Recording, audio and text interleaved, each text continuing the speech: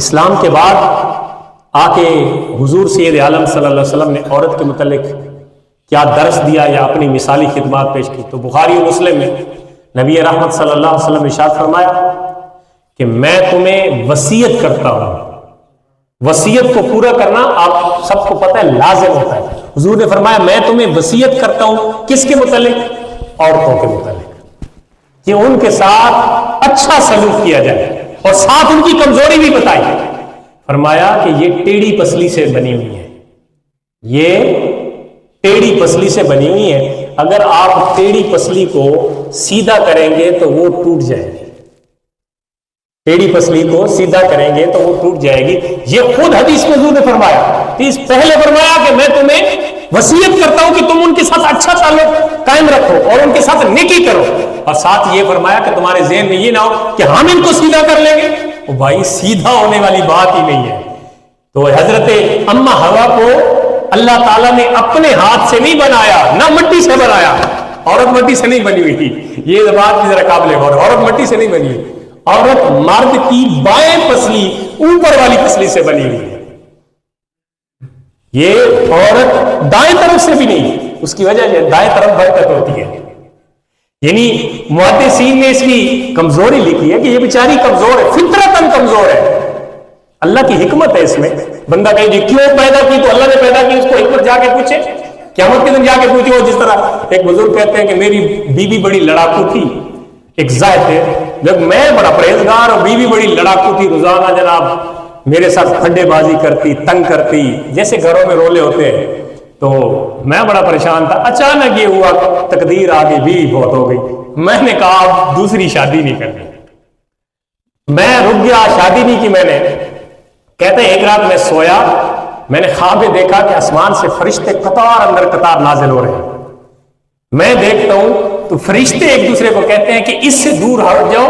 وہ بزرگ کہتے ہیں میرے بارے میں، اس سے دور رہو، یہ بڑا منحوس ہے، یہ بڑا منحوس ہے.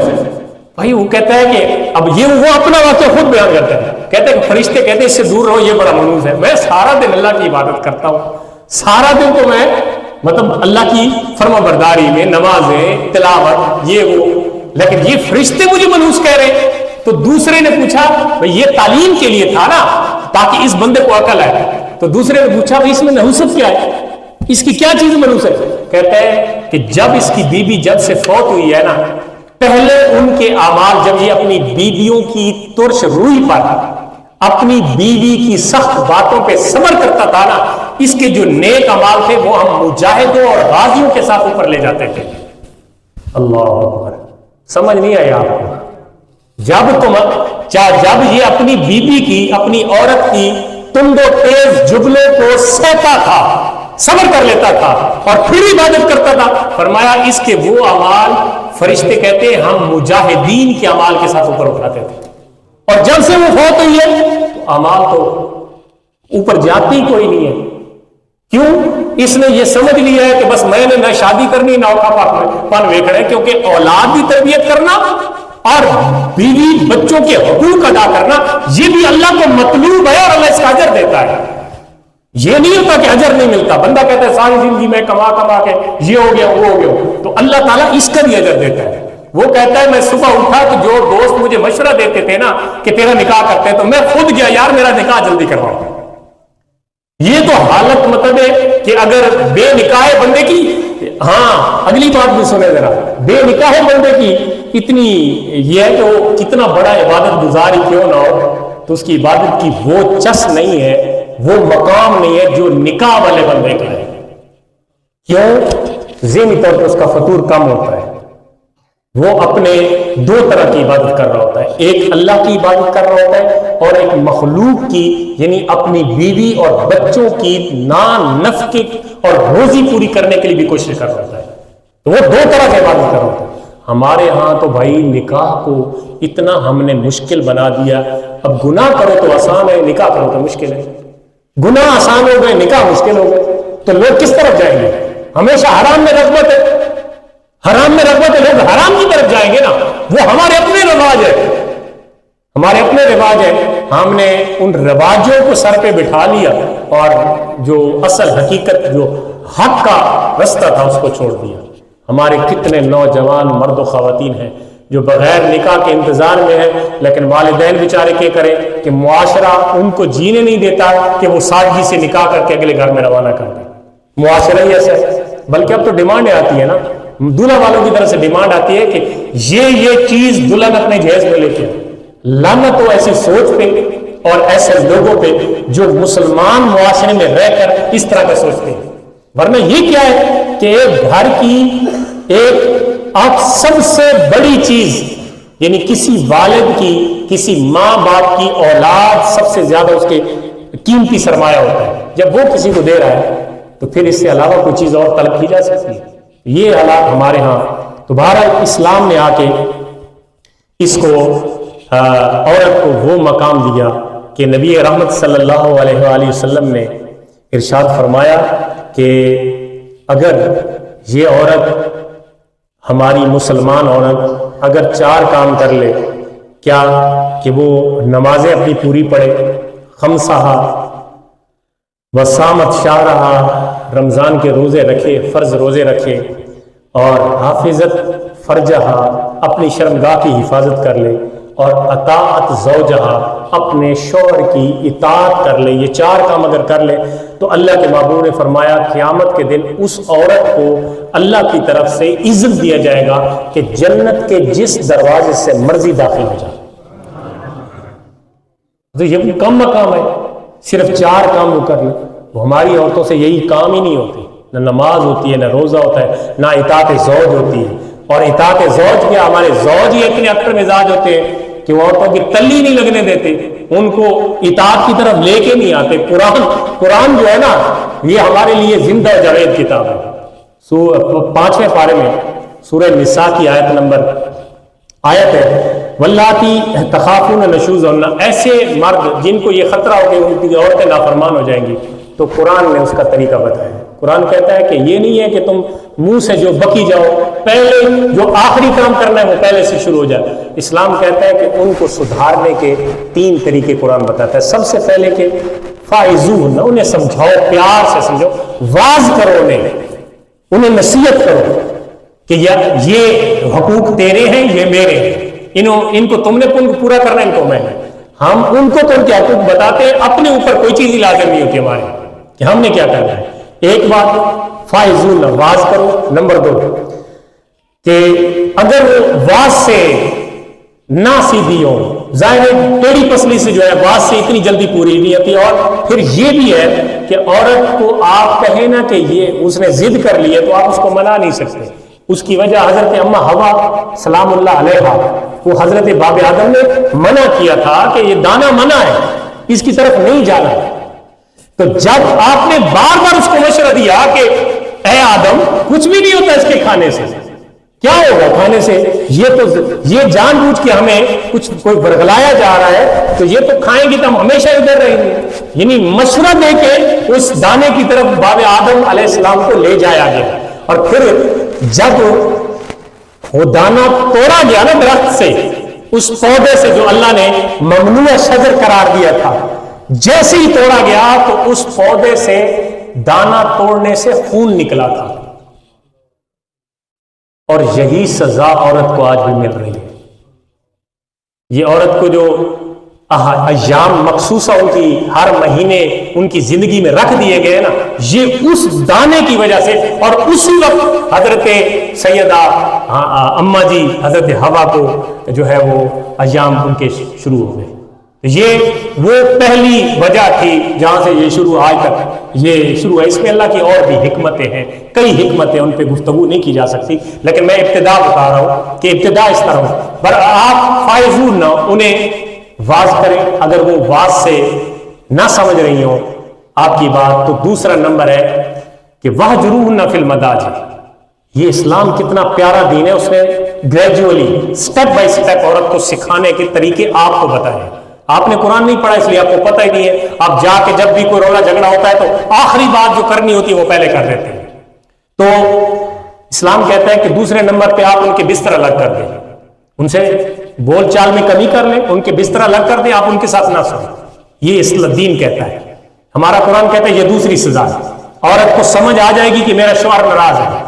اگر اس سے بھی نہ بات بنے تو تیسرا مقام مضربوہ ہونا، ہلکی پھلکی مار دینے کا بھی حکم ہے کہ آپ مار سکتے ہیں، اجازت ہے. لیکن یہ تیسرے سطح پہ ہے، وہ بھی محدثین اور نبی کریم صلی اللہ علیہ وسلم کی جتنی احادیث ہے وہ اس پہ شاہد ہے کہ کبھی بھی کوئی مرد مومن اپنی بیوی کو اس طرح نہیں مارتا جس طرح جانوروں کو مارا جاتا ہے. یہ انسانوں کی مطلب وہ بھی نہیں ہے، جبلت بھی نہیں ہے، فطرت بھی نہیں ہے، انسانیت کے دائرے سے بھی باہر ہے کہ وہ عورتوں پہ ہاتھ اٹھائے. تو بہرحال یہ طریقہ دین نے بتایا ہے. تو ہمارے ہاں تو عورت کے جب حقوق کی بات آتی ہے تو جب عورت کا پہلے تو سب سے پہلے تو انتخاب کیا جائے نا کہ عورت کون سی عورت کے ساتھ جو ہے وہ نکاح کے لیے پیغام بھیجا جائے. تو بہت سارے وجوہات ہوتے ہیں. حضور نے فرمایا کہ جو بندہ کسی عورت کے دین کی وجہ سے اسے نکاح کا پیغام بھیجے گا وہ اس کی کامیاب ترین زندگی ہوگی. اب ذرا اس کو موازنہ کریں اپنے معاشرے پہ، یعنی دین کی وجہ سے آپ دیکھیں کہ فلاں بیوی کے ساتھ اگر رشتہ ہونے جا رہا ہے تو وہ کتنی نیک ہے، کتنی نمازیں پڑھتی ہے، کتنی فرما برداری کرتی ہے ماں باپ کی. اور اس بنیاد پہ جو رشتہ ہوگا وہ دیر پا ہوگا. دولت کی بنیاد پہ، نسل کی بنیاد اور برادری کی بنیاد پہ جو رشتہ ہوگا اس کی پائیداری اتنی نہیں ہے جتنی دین کی بنیاد پہ سلیکٹ کیے گئے رشتے کی. ایک دوسری بات ہے کہ جب عورتوں کے لیے حق مہر مقرر کیا جاتا ہے اکثر تو ہمارے پتہ ہی نہیں ہے نوجوانوں کو یہ حق مار ہوتا کیا ہے. تو حق مار عوض ہوتا ہے نکاح کا، آپ نے دینا ہی دینا ہوتا ہے. اگر نہیں دیتے تو آپ مقروض ہیں، اور اگر مقروض مر جائیں تو آپ مقروض قبر میں جائیں گے اور اس کو آپ نے بدلہ دینا ہے. اگر بغیر حق مہر ادا کیے شوہر فوت ہو جائے تو اس کی وراثت عورت کو پہلے حق مہر دیا جائے گا. یہ تو اتنا ضروری واجب ہے، لیکن ہمارے یہاں اس کی کوئی وہ اس کی طرف توجہ نہیں ہے. کم سے کم کی مقدار مقرر کی گئی ہے، زیادہ سے زیادہ کی مقدار مقرر نہیں ہے. کم سے کم جو حق مہر عورت دیا جاتا ہے وہ 10 درہم ہے. اگر آپ اس کو چاندی میں کنورٹ کریں تو 31.5 تولے 31.5 گرام تقریباً چاندی بنتی ہے. اور موجودہ دور میں اگر آپ حساب لگا لیں تو نبی کریم صلی اللہ علیہ وسلم کی ازواج سے یا آپ کی بیٹیوں سے جو حق مہر ہمارے تک پہنچا کے اتنا دیا تھا تو حضور سید عالم صلی اللہ علیہ وسلم کی ہر زوجہ کو 500 درہم حق مہر حضور نے ادا کیا، سوائے ایک حضرت ام حبیبہ کے. وہ چونکہ حبشہ میں ان کا بذریعہ وکیل نکاح ہوا تھا اور نجاشی بادشاہ نے ان کا حق مہر اپنی طرف سے ادا کیا تھا. حضور یعنی خود ادا کیا تھا، حضور کی طرف سے 4000 درہم ادا کیا تھا. اتنا ایک ہی بی بی کا، باقی 500 درہم. تو ہمارے ہاں جب حق مہر کی بات آتی ہے تو لوگ کہتے ہیں شریعت لکھ دو بھائی. تو بھائی جب آپ لٹا رہے تھے پیسے تو تب تو آپ کو شریعت یاد نہیں آئی. جب عورت کو اپنے گھر میں دینے تو آپ کو جناب 10 آنے اور 32 آنے آپ کو یاد آ جاتے ہیں. شریعت میں خدا کے بندے آج کے دور میں بھی میرا جتنا تک ذہن ہے وہ کم از کم حق مہر عورت کو 20,000 روپیہ دینا چاہیے جو معاشرتی ہمارا رواج ہے. اس کے مطابق کم از کم 20,000 روپے ہونا چاہیے اس کا. لیکن حق مہر اتنا دیا جائے جتنا بندہ دے سکے. یہ نہیں کہ بندہ کہے 2 لاکھ لکھوا لو 1 روپیہ ہی نہ دے، فائدہ کوئی نہیں.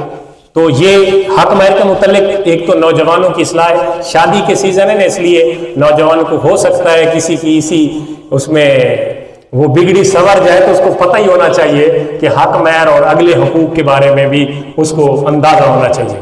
تو یہ ایک بات حق مہر کے حوالے سے. دوسرا انتخاب کے حوالے سے میں نے پہلے بتا دیا.